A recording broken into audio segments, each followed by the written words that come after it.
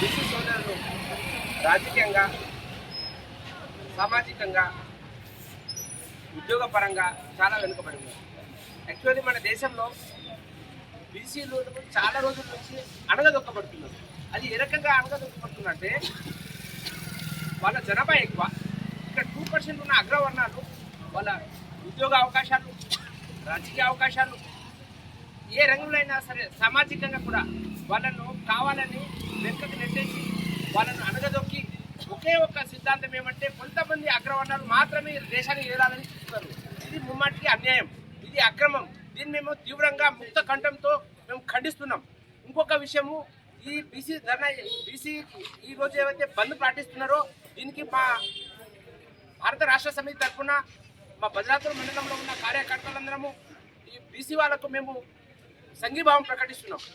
ఒక విషయం చెప్పాలా, ప్రభుత్వము ఒక అమెండ్మెంట్ చేయాలా, పార్లమెంట్లో ఒక జివో అమలు చేయాలా. అది ఎటువంటి జివో అమలు చేయాలంటే జనాభా ప్రతిపాదన 2011లో ఏదైతే జనాభా ఉందో 2011వ సంవత్సరంలో మనము జనగణన చేసినప్పుడు ఆ రకంగా ఏదైతే జనాభా మనం పరిగణనలో తీసుకున్నామో తర్వాత మళ్ళా జనగణన చేపట్టాలా.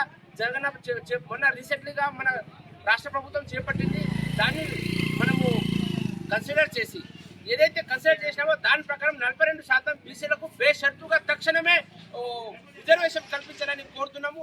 ఈ రకంగా మేము రాష్ట్ర బంధు పిలిపించాము. ఈ రాష్ట్ర బంధులో ప్రతి ఒక్కరు చిన్న పెద్ద తేడా లేకుండా, ప్రతి ఒక్క కుల మత జాతి ప్రాంత భేదం లేకుండా అందరూ ఈ బీసీ రిజర్వేషన్ సాధనకై ముందుకు రాసి అందరికీ మనం సమాన్యాయం చేయాలని ఈ రకంగా మేము కోరుతున్నాం. ఈ బీసీ ధర్నాకు మేమందరము మండల వాసులము బీఆర్ఎస్ పార్టీ తరఫున బేషరతుగా ప్రతి ఒక్కరు వచ్చి ప్రతి ఒక్కరు దీనికి ధర్నాకు సపోర్ట్ చేయాలా. బీసీ 42% రిజర్వేషన్ పొందే వరకు ఈ ఉద్యమం ఆపేది లేదు.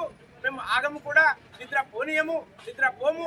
బీసీ రిజర్వేషన్ సాధించే వరకు మేము కళాఖండిగా కఠినంగా ఎంత కష్టాలు ఎదురైనా మేము పోరాడి సాధించుకుంటామని ఈ సందర్భంగా మనవి చేస్తున్నాం. జై తెలంగాణ, జై తెలంగాణ, జై తెలంగాణ. జై తెలంగాణ. నేను రాష్ట్ర గౌరవనీయులు రాష్ట్ర వర్కింగ్ ప్రెసిడెంట్ కేటీఆర్ గారి ఆదేశం మేరకు ఏదైతే ఇలా బీసీ బంద్ పాటించాలని ఆ బీసీ సంఘాలన్నీ ముక్తగట్టంతో చేసినటువంటి ఈ కార్యక్రమంలో పాల్గొంటున్నటువంటి మిత్రులందరికీ, మండల పార్టీ కన్వీనర్ సుభాష్, భాస్కర్ రెడ్డి, మరి ఇతర కార్యకర్తలందరికీ కూడా హృదయపూర్వక నమస్కారాలు.